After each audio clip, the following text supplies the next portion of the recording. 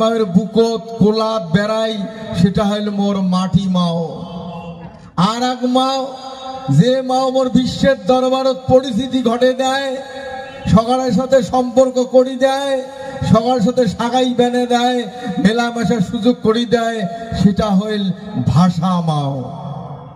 আর এই ভাষা মাওয়ের ভিতরে প্রত্যেক জনগোষ্ঠী, প্রত্যেক জনজাতি, প্রত্যেক দেশের যে নির্দিষ্ট মানসী জনগোষ্ঠী থাকে, সকালে কিন্তু আলাদা আলাদা মাওয়ের ভাষা বা মাতৃভাষা থাকে।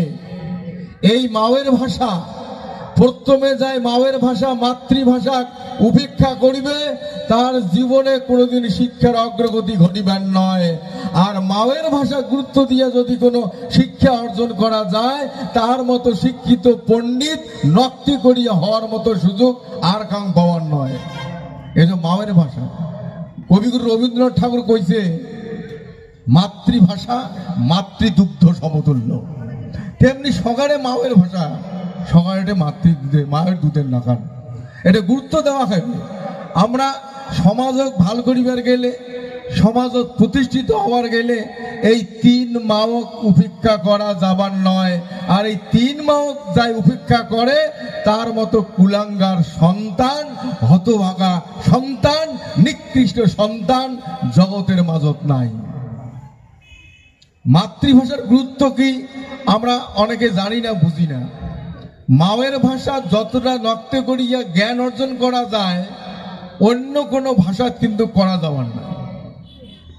যেমন আমরা রাজবংশী ভাষার মান্যতা দিছে আমার এই সরকার, তার জন্য আমরা সরকার ধন্যবাদ জানাই।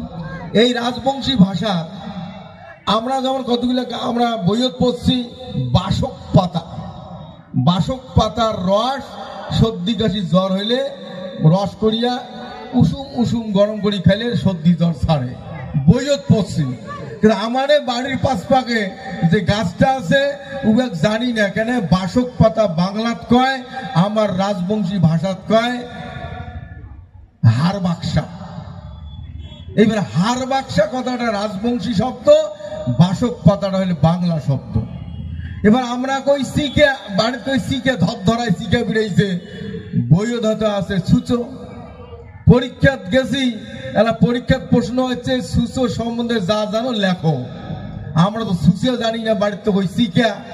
যদি মোর মায়ের ভাষায় লেখলে হয়, প্রশ্নটা যে শিখা সম্বন্ধে যেখানে জানিস নেখে, তাহলে আমরা না পড়িয়েও কর বেলং হয়, সন্ধ্যা হইতে শিখে খাল থাকে বিড়ায়, গাও খান ভোকরা ভোকরা কোন্দায়, ধরা যায় না, শিখে সোঙা খাওয়া যায় না, বহুত কঠিন।